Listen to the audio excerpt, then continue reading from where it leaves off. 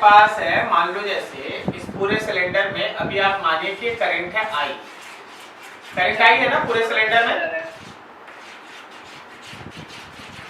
इस पूरे सिलेंडर में करंट है I.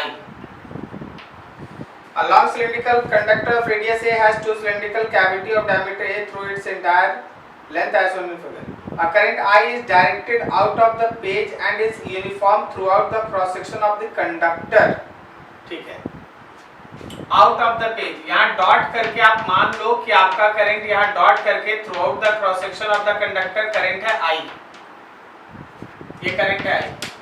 तो सोचिए हम लोगों को मैग्नेटिक फील्ड कहाँ निकालना है, eight point P1, P1 point कहाँ है, यहाँ पर, this is point P1 and at point P2 and P2 is the point here.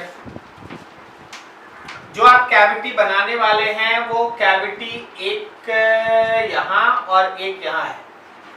अब देखो P1 पे सबसे पहले इस पूरे करंट I की वजह से B लिखते हैं. अगर उसका डिस्टेंस है स्मॉल r और इसका रेडियस है a, तो जरा सोचना उस P1 पॉइंट पे आउटवर्ड करंट की वजह से, आउटवर्ड करंट की वजह से क्या यहाँ पे बिफिल्ड होगा लेफ्ट की तरफ? Yes sir. ये बिफिल्ड है इनिशियल, या फिर कहो कि ये B1 है, ठीक है B1. तो क्या हम लोग उस B1 का वैल्यू लिख सकते हैं mu naught by 4 pi 2I by R. सही है जी. अब सोचो कि जो ये सेक्शन आपको दिखाई दे रहा है, ये सेक्शन, इसका सेंटर यहाँ है. इस सेक्शन में अगर इस सेक्शन के आउटवर्ड करंट को हटा दे, इस सेक्शन को हम नाम देना चाहते हैं X नाम देते हैं और इस सेक्शन को हम लोग है ना Y नाम दे देते हैं. ओके, इस सेक्शन को जिसका करंट बाहर की था अगर हम उसको हटा दें तो देख, अगर बाहर करंट होता है तो मैग्नेटिक फील्ड इधर होता है. अगर आप इसको हटा रहे हैं तो आप मान सकते हैं ना कि बी फील्ड इधर है. अरे यार करंट बाहर निकल रहा है लेकिन उस करंट को तुम हटा दिया तो तुम मान सकते हैं ना करंट अंदर जा रहा है. उसी तरह Y का भी बी फील्ड बाहर, करंट बाहर था तो उसका बी फील्ड इधर था. अगर हम इसको हटा रहे हैं तो क्या इसका बी फील्ड इधर है? अगर हम उस पॉइंट पे बी नेट लिखेंगे तो मेरा काम होगा B1 में से Bx और By को माइनस करना, क्योंकि they are in opposite direction. तो B1 तो हो गया mu naught by 4 pi 2I by R, लेकिन जो Bx है वो है mu naught by 4 pi Bx2, वही करंट जो x के पोर्शन के अंदर है. अच्छा, इसके अंदर के करंट को हम लिख रहे हैं, थोड़ा समझना. क्या हम इसका रेडियस a/2 लिख दें? देखना समझना, I by pi a square multiplied with pi a/2 का स्क्वायर. समझा क्या? Yes sir. और इसके सेंटर से उस पॉइंट तक का डिस्टेंस, इसके सेंटर से उस पॉइंट तक का डिस्टेंस, इसके सेंटर से उस पॉइंट तक का डिस्टेंस r प्लस a/2. हां, r माइनस a/2 ना. Yes sir. चलो y के बारे में सोचो. Mu naught by 4 pi 2, I के जगह पे तो वही होगा I by pi a square और मल्टीप्लाइड विथ पाई a/2 का स्क्वायर. डिवाइड में बोलो डिस्टेंस कितना लेंगे? r plus a/2. r plus a/2 solve कर देना भाई, वहां बी फील्ड मिल जाएगा. क्या समझा? Yes sir. ठीक है. अब अगला सुनो. जब तुम P2 पॉइंट पे बात करेगा, थोड़ा वेक्टर सोचना. इसका जो बी फील्ड था क्या वो ऊपर है?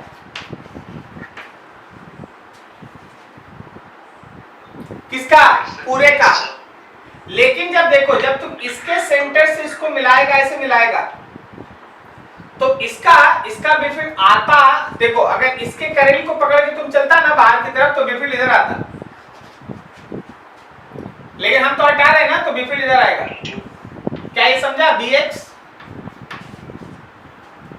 अरे नहीं समझा? देख, अगर ये पोर्शन होता तो इसका बी फील्ड इधर आता. समझा क्या? Yes, sir. लेकिन ये पोर्शन नहीं है, हटाए हैं, तो इसका भी फील्ड इधर आएगा। Yes, sir. सिमिलरली इस पोर्शन के लिए सोचो, इसके सेंटर से यहां तक को मिलाओ, इसके सेंटर से यहां तक को मिलाओ। अगर ये होता तो इसका भी फील्ड इधर होता कहीं, लेकिन ये नहीं है तो इसका भी फील्ड इधर होगा कहीं। समझा क्या? Yes, sir. अब देख bx और by का एंगल उंगल अब सोचना तुम खुद से। bx और by का हॉरिजॉन्टल वाला पार्ट, bx का ये हॉरिजॉन्टल पोर्शन और by का ये हॉरिजॉन्टल पोर्शन दोनों कैंसिल हो जाएगा और दोनों का वर्टिकल वर्टिकल नीचे आएगा। सही जा रहे हैं? bx का वर्टिकल और by का वर्टिकल।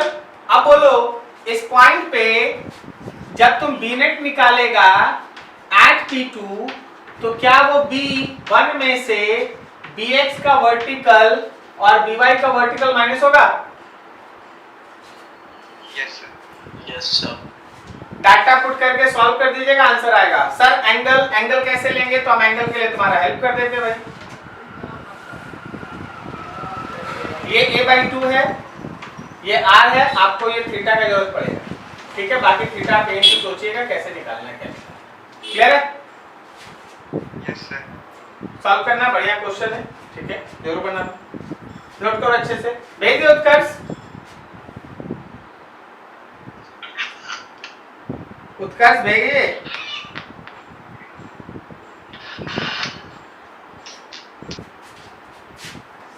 बड़ा बड़ा क्वेश्चन भी तो सोचिए। 58 मान लो वो जैसे हम लोग के पास ये एक सॉल्वेंट, ठीक है। अब जैसे सपोज तुम इसमें एक करंट भेजा I, तो इस I करंट की वजह से यहाँ एक बिफिल डेवलप हो गया। इस I करंट की वजह से यहाँ एक बिफिल डेवलप हो गया। बोलो जी, लेफ्ट में डेवलप हुआ है B का डायरेक्शन या राइट में?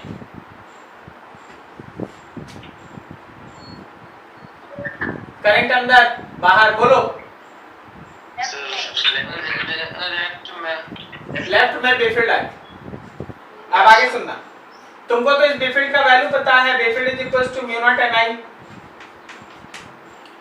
अब क्वेश्चन ये कहता है, electron is found to execute a uniform circular motion inside the solenoid with a frequency of 1 revolution per. अच्छा बताओ, कोई भी चार्ज पार्टिकल अगर किसी बेफिल्ड में सर्कुलर मोशन शो करे, कोई भी चार्ज पार्टिकल अगर बेफिल्ड में एक सर्कुलर मोशन शो करे, circular motion of charge in B field, एकदम पहला दिन आप ये टॉपिक पढ़े थे, कोई बताएगा उसका फ्रीक्वेंसी का इक्वेशन? 2πm बताओ। तो pq by 2πm by pq। bq by 2πm, time period का उल्टा, टाइम पीरियड होता है 2πm by bq।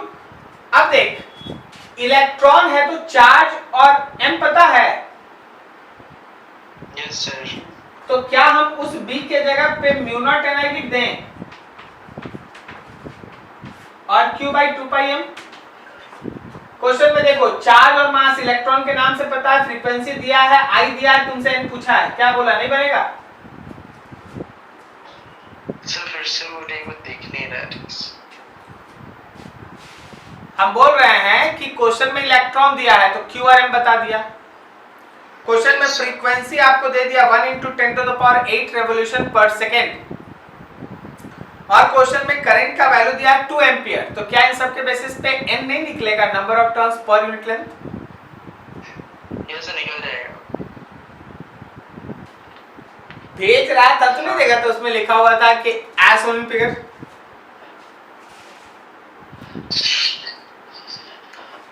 चलो कोई बात नहीं, आप लोग एक्सपेक्ट करते हैं कि मास्टर साहब लोग बिना फिगरों का है ना क्वेश्चन का आंसर बता देंगे। ठीक है। A tightly wounded long solenoid has n turns per unit length, a radius r and carries a current I. A particle having charge q and mass m is projected from the point on the axis of the direction perpendicular to the axis. What can be the maximum speed for which the particle does not strike the solenoid? देखो जी अंशु बाबू, 59 last question तुम्हारा, उसके बाद हमें ना दूसरा question. मान लीजिए ये सॉलिनॉइड, सॉलिनॉइड को तुम अंदर से देखेगा तो कैसा दिखेगा? ये तुम अंदर है, मान लो सॉलिड के अंदर है तो hollow cylinder जैसा. वेरी गुड, हॉलो सिलेंडर जैसा दिखेगा. सब कोई देख पा रहे हैं ना, अंदर से हॉलो सिलेंडर दिखेगा. Yes sir. इसमें एक बिफिल्ड होगा, इसमें एक बिफिल्ड होगा. सोच सोच के बताते जाना. बिफिल्ड इधर है. अब तुम क्या किया ना, तुम इसके सेंटर पे किसी एक इलेक्ट्रॉन को इसके एक्सिस के परपेंडिकुलर डायरेक्शन में थ्रो किया.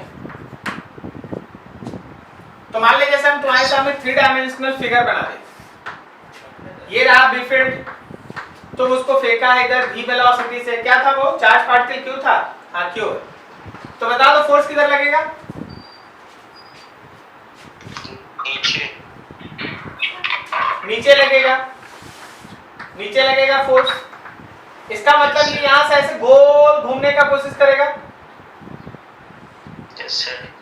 क्या आप समझे? Yes sir. अब बोला गया कि आप मैक्सिमम कितना वेलोसिटी से फेंकें कि वो सॉलिड को टच नहीं करे. तो क्या बोलता है, क्या ये डिस्टेंस, क्या ये सामने से आके ऐसे घूम जाएगा तो ये डिस्टेंस उसके रेडियस के बराबर होना चाहिए? अरे इमेजिन. Right के radius. हाँ, सॉलिड का रेडियस. सॉलिड का रेडियस के बराबर इसके सर्कुलर पाथ का रेडियस होना चाहिए. क्या बोलता है?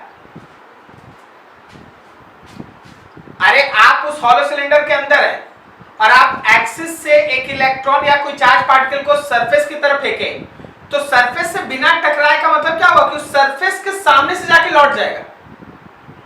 Yes sir. तो सरफेस के सामने से जाके लौटेगा तो उसके सर्कुलर पाथ का रेडियस सॉलिड के रेडियस के बराबर होना चाहिए ना, एटलीस्ट उससे थोड़ा कम. तो उसका हाफ ना होना चाहिए. एक मिनट. फेंके कहां से? एक एक्सिस से ना फेंके. M is projected from the point on the axis in a direction perpendicular to the axis. हाँ एकदम सही बोला, हाफ होना चाहिए. एकदम सही बोला, हाफ होना चाहिए. ठीक है ना, हाफ होना चाहिए. So according to question, जो रेडियस ऑफ बता रहे, रेडियस ऑफ सर्कुलर पाथ है that should be less than or equals to radius of solenoid by 2.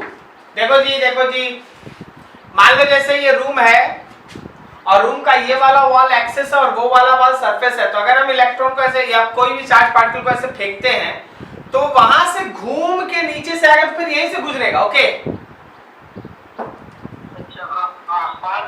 पार नहीं होगा, इसको पार के उधर नहीं जाएगा. तो अगर यहां से ऐसे गया और यहीं पे आ रहा है तो ये जो डिस्टेंस है वो एक्चुअली उसके सर्कुलर पाथ का डायमीटर है. तो radius of circular should be this. तो रेडियस ऑफ सर्कुलर पाथ तो पढ़ा है ना, mv/bq Yes sir. Should be less than और equals to radius of solenoid दिया है r/2. सॉल्व करके अपना कैलकुलेशन कर दो, आंसर आएगा. समझा क्या? Yes sir. हो जाएगा.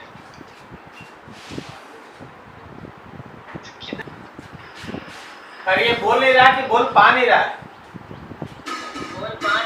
अच्छा, बोल पा नहीं रहा. अच्छा ठीक. मान ले जैसे इसमें करंट आई है, जब बोल नहीं पा रहा तो आदमी क्या बोलेगा, उसको छोड़ो.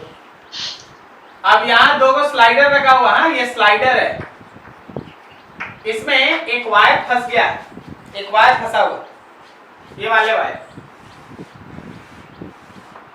इसमें इस वायर में जो करंट है वो अपोजिट डायरेक्शन में.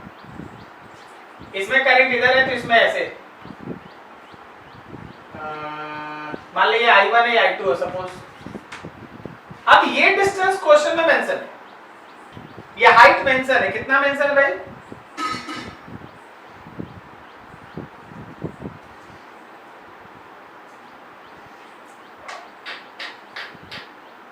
कुछ तो मेंशन नहीं है. आजा चलो करो. मास कितना दिया है हम वहीं से बना देते हैं. मास दिया हम लोग का 2.5 ग्राम और जो उसका करंट दिया हुआ है,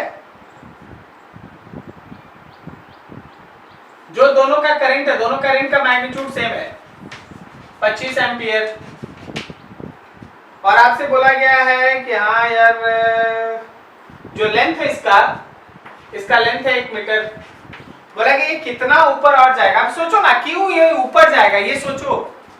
अरे यार एक्चुअली हो क्या रहा है ना, इसके बारे में सोचेगा ना तो नीचे की तरफ इसका mg लग रहा है,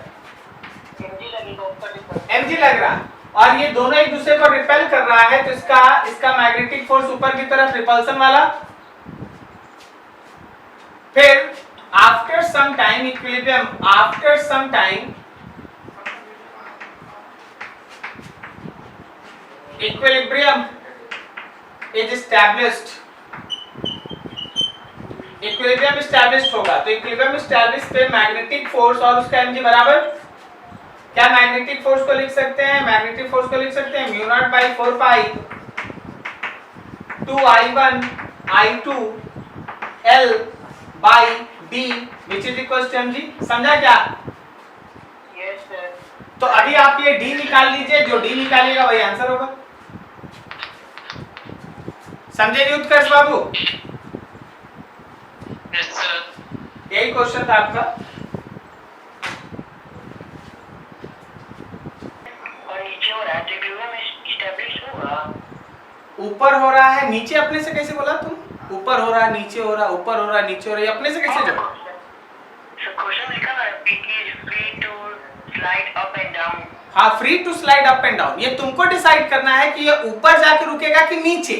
ऊपर हो रहा है नीचे हो रहा है ऐसा थोड़ी ना है। अब मान लीजिए जैसे सपोज mg बड़ा है और मैग्नेटिक फोर्स छोटा है, तो बता ऊपर जाके रुकेगा कि नीचे? नीचे। नहीं समझा? No, sir. तो समझो 12 में है।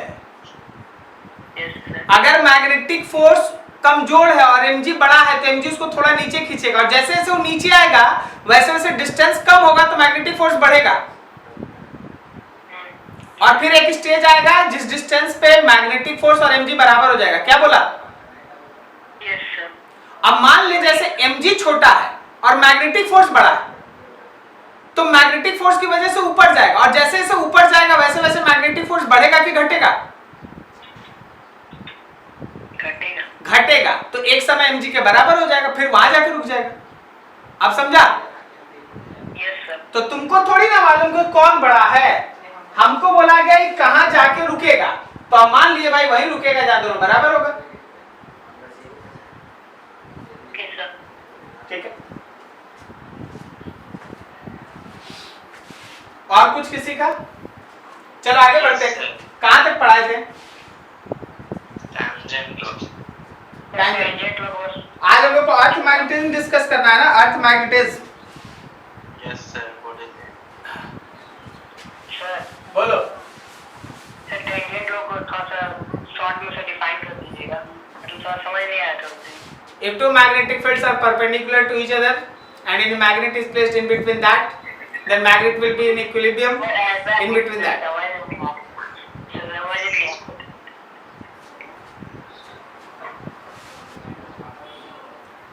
हाँ, फिर से पढ़ाना है। नोट्स में पढ़ाए हल्का भी समझा। तो हल्का सा तो समझा रहे थे, कहाँ समझा? से हल्का ही समझाया। B1 और B2 बीच में मान ले एक मैग्नेट है, बीच में मान ले एक मैग्नेट है, या साउथ है या नॉर्थ है, जो हम लास्ट में लिखे थे। तो नॉर्थ का मतलब पॉजिटिव चार्ज है, तो B1 की वजह से इधर एक फोर्स लगेगा और B2 की वजह से ऊपर एक फोर्स लगेगा, और यहाँ निगेटिव है तो B1 की वजह से इधर एक फोर्स लगेगा और एक फोर्स नीचे लगेगा। सही है?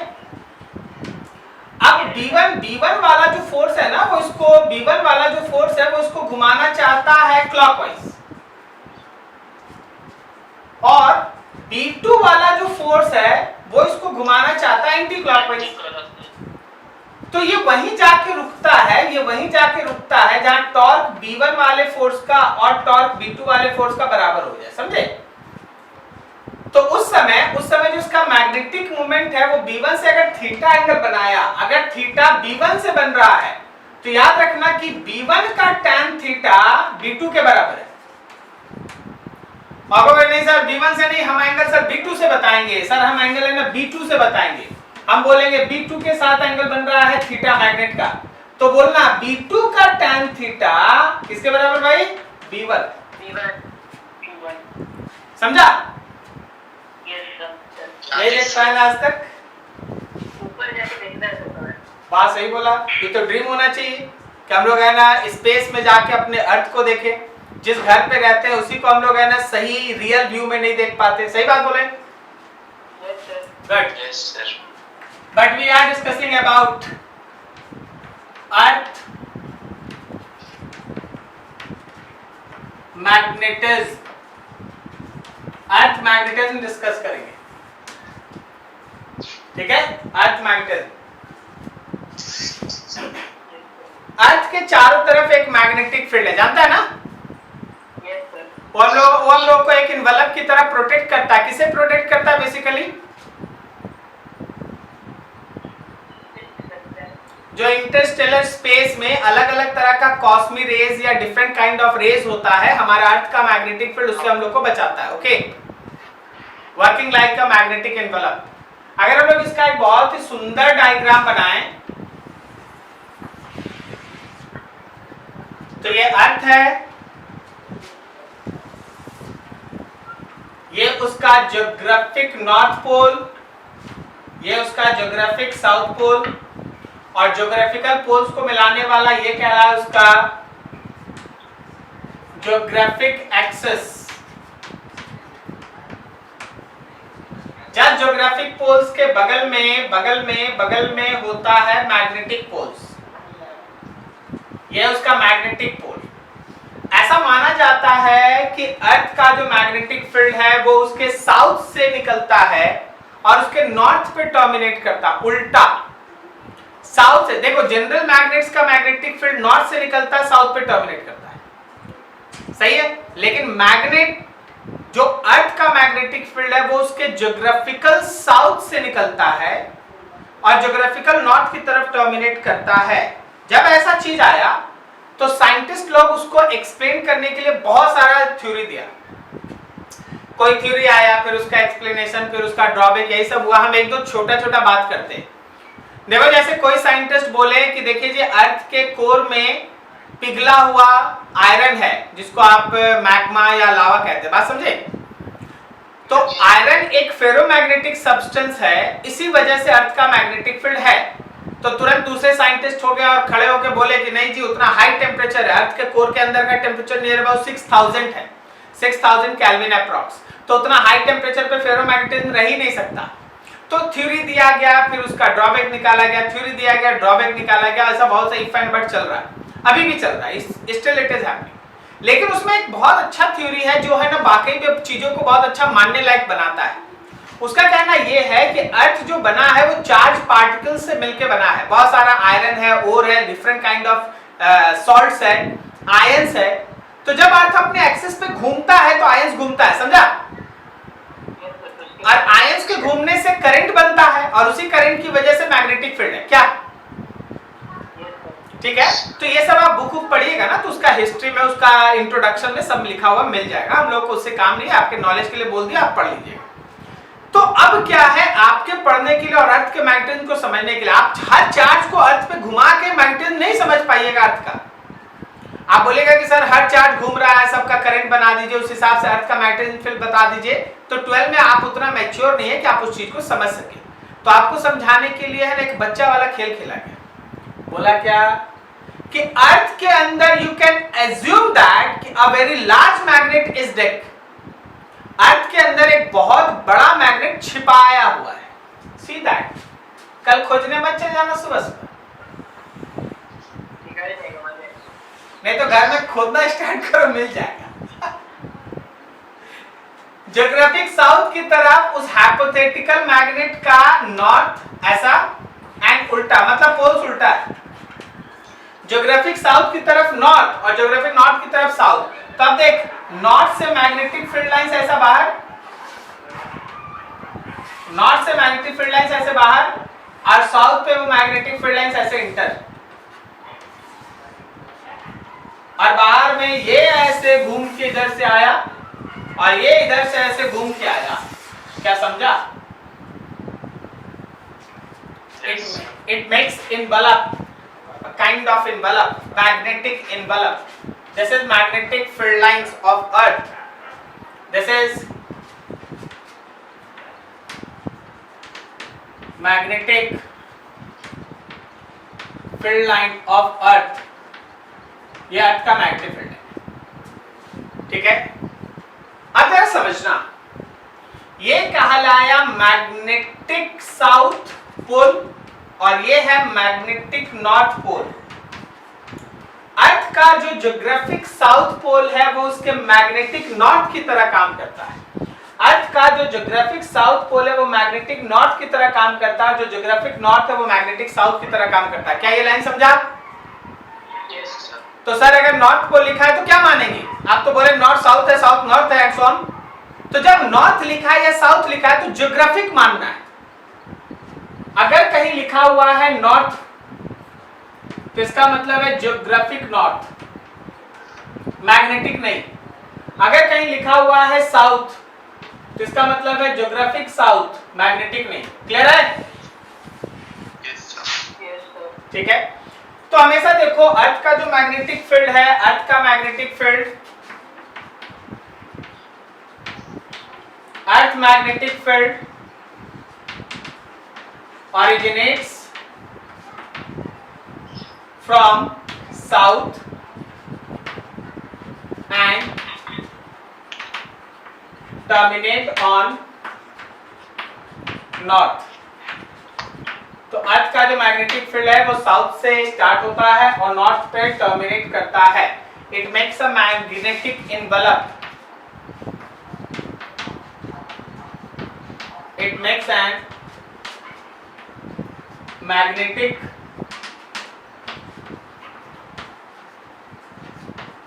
Envelope around earth. अर्थ के चारों तरफ वो मैग्नेटिक एनवलप बना के रखता है, ठीक है। अब आगे सुनना, आप लोग मेरिडियन जानते हैं? Meridian yes sir. Geographical axis can be written as geographic meridian, सही है ना? मेरिडियन का मतलब एक प्लेन होता है, मेरिडियन का मतलब एक प्लेन होता है जो अर्थ को दो इक्वल हेमिस्फीयर्स में डिवाइड करे। अगर वो प्लेन ज्योग्राफिकल एक्सिस से गुजरेगा और अर्थ को दो इक्वल हेमिस्फीयर में डिवाइड करेगा then it is said to be geographic meridian. और अगर वो मैग्नेटिक एक्सिस से गुजरेगा और अर्थ को दो इक्वल हेमिस्फीयर्स में डिवाइड करेगा then it is said to be magnetic meridian. तो देखो देखो समझो, geographic meridian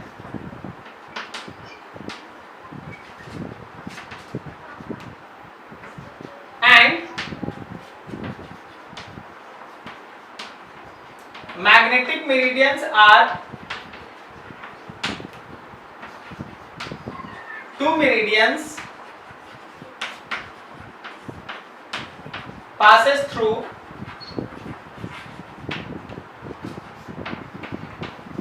geographic axis and magnetic axis respectively. Geographical axis से पास करेगा ज्योग्राफिक मेरिडियन, मैग्नेटिक एक्सिस से पास करेगा मैग्नेटिक मेरिडियन। क्या आपको ये लाइन समझ में आया? Yes sir. चलो ठीक। अब यहाँ पे एक इंपॉर्टेंट डिस्कशन ये भी बनता है कि अर्थ के मैग्नेटिज्म के बारे में जनरल नॉलेज हमको कहां से मिलेगा। उसको हम लोग एक टॉपिक में नाम देते हैं, नाम है elements of earth magnetic field. Very important, elements of earth magnetic field. Earth के मैग्नेटिक फील्ड का element, elements of earth magnetic field. तीन ऐसा क्वांटिटी है जिसको अर्थ के मैग्नेटिक फील्ड को जानने के लिए आपको पढ़ना पड़ेगा। उसमें सबसे पहला टर्म है एंगल ऑफ इंक्लिनेशन, दूसरा है ये पहले हमने पढ़ाए थे बच्चे उसमें, ग्रेविटेशन एंगल ऑफ डी, और थर्ड है horizontal component of earth magnetic field. अच्छा यहाँ पे शायद एंगल ऑफ डिक्लिनेशन होता है, एंगल ऑफ डिक्लिनेशन, ठीक है। इसको हम लोग थीटा से रिप्रेजेंट करेंगे, एंगल ऑफ डी ये डेल होगा और हॉरिजॉन्टल कंपोनेंट बीएच होगा। अगर आप अर्थ के मैग्नेटिक फील्ड के बारे में पढ़ाई करना चाहते हैं तो आपको ये तीनों क्वांटिटी एक एक करके सीखना है। पहला एंगल ऑफ डिक्लिनेशन, दूसरा एंगल ऑफ डी और थर्ड है horizontal component of earth magnetic field. अगर आपके स्कूल में थ्योरेटिकल एग्जामिनेशन जैसे पहले होता था, अगर वैसे होता है तो ध्यान रखना ये क्वेश्चन जरूर है, ठीक है। चलो आगे बढ़ते हैं, नोट करो यहाँ तक। फिगर बड़ा बना के रखिएगा, अभी बहुत कुछ इस फिगर में ड्रॉ होगा, सो फिगर बड़ा बना के रखिएगा।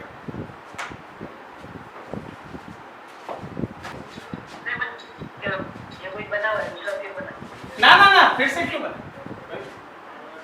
एक ही फिगर रखना। अब देखो जी, सबसे पहला हम लोगों का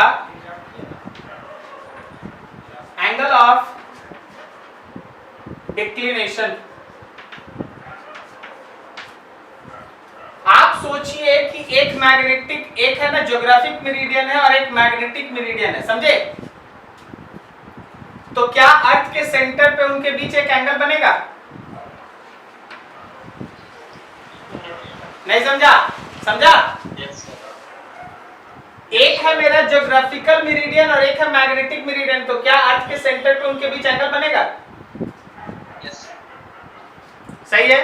that angle is called angle of declination. Acute angle formed between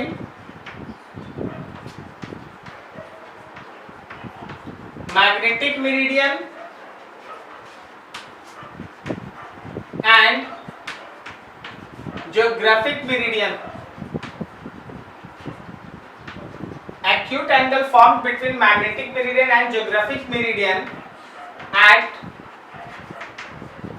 center of earth is called angle of declination। उसी को आप एंगल ऑफ डिक्लिनेशन कहते हैं, थीटा। तो जो एक्यूट एंगल बन रहा है ना अर्थ के सेंटर पे दोनों मेरिडियंस के बीच, समझा, उसी को हम लोग एंगल ऑफ डिक्लिनेशन कहते हैं। क्या ये लाइन समझ में आया? थ्योरेटिकल टाइप है। Yes sir. हाँ चलो बढ़िया। अब दूसरा वाला सुनना, वो तो बहुत ही इंटरेस्टिंग है, वो है एंगल ऑफ डीप।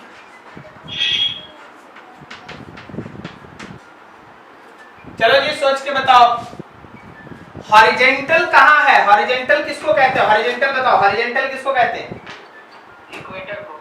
हाँ इक्वेटर को हॉरिजेंटल कहते हैं, तो उसको इक्वेटर कह देते हैं, हॉरिजेंटल काहे कहते हैं? हॉरिजेंटल किसको कहते हैं? क्या बोला? जो वर्टिकल के परपेंडिकुलर हो। वाह, एक से एक दिमाग वाला बेटा है। कोई भी ऐसा लेवल जो अर्थ के सरफेस के साथ पैरेलल हो उसको आप हॉरिजेंटल कहते हैं। अर्थ के सरफेस के साथ जो पैरेलल है वो हॉरिजेंटल है। तो सर ये रहा हॉरिजेंटल, लेकिन ये अर्थ है, ये फुटबॉल थोड़ी ना, ये अर्थ बना हुआ है। हाँ तो ध्यान रखना कि यहाँ का हॉरिजेंटल ये है, समझा क्या? यहाँ का हॉरिजेंटल ये है और यहाँ का हॉरिजेंटल ये है, समझ में आ रहा सबको?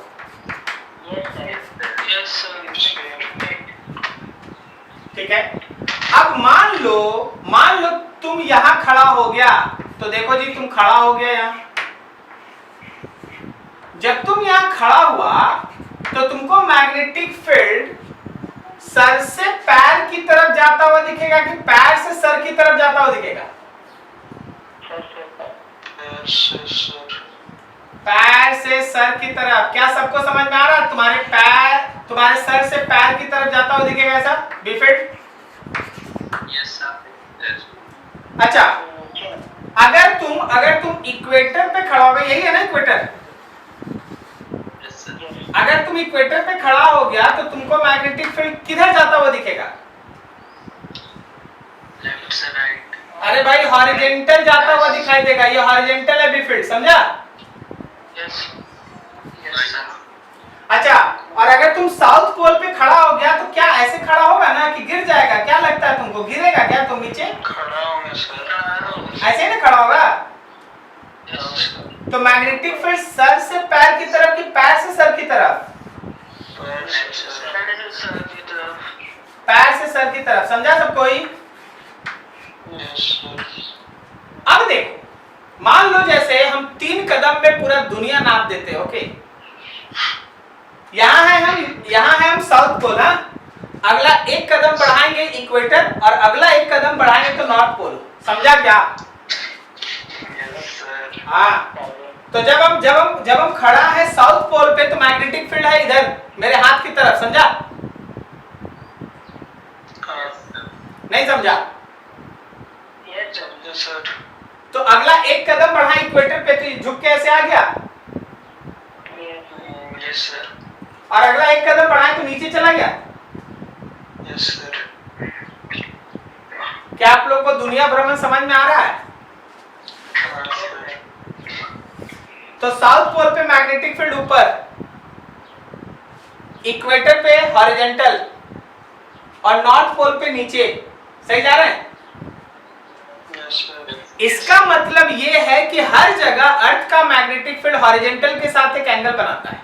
यहां देख 90 है और यहां देख 0 है, तो इसके बीच में अभी आधा कदम बढ़ाएंगे, यहां रहेंगे, यहां कहीं, यहां रहेंगे कहीं, तो हॉरिजॉन्टल के साथ मेरा बी फील्ड एक एंगल बनाएगा ना? ये हॉरिजॉन्टल है, ये बी फील्ड है, एक एंगल बनाएगा। समझ में आ रहा है क्या? Yes sir. इसी को कहते हैं एंगल ऑफ डीप। जब हम साउथ पोल पे हैं 90, जब हम इक्वेटर पे हैं 0, जब हम नॉर्थ पोल पे हैं फिर से 90। लेकिन जब हम और किसी जगह पे हैं, मान ले जैसे साउथ पोल और इक्वेटर के बीच, तो ऐसे रहेगा। अरे यार, यहाँ ऐसे था, अभी आगे आके ऐसे हॉरिजॉन्टल होगा, बीच में ऐसे ही रहेगा। Yes sir. हॉरिजॉन्टल से ऊपर रहेगा कि हॉरिजॉन्टल से नीचे रहेगा? ऊपर। हॉरिजॉन्टल से ऊपर है, तो हॉरिजॉन्टल के साथ ये जो एंगल बन रहा है ना, ये जो एंगल बन रहा है, that is called angle of deep. Clear? Yes sir. अब थोड़ा इक्वेटर पे पहुंच जाओ, हॉरिजॉन्टल हो गया। अब इक्वेटर से एक कदम बढ़ाएंगे तो नॉर्थ पोल पे पहुंच जाएंगे, लेकिन हम आधा कदम बढ़ाएंगे तो थोड़ा नीचे होगा, यस सर। और थोड़ा और आगे बढ़ जाए तो एकदम नीचे होगा। Yes sir.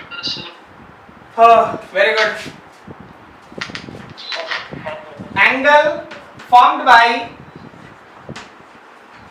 Earth B field with horizontal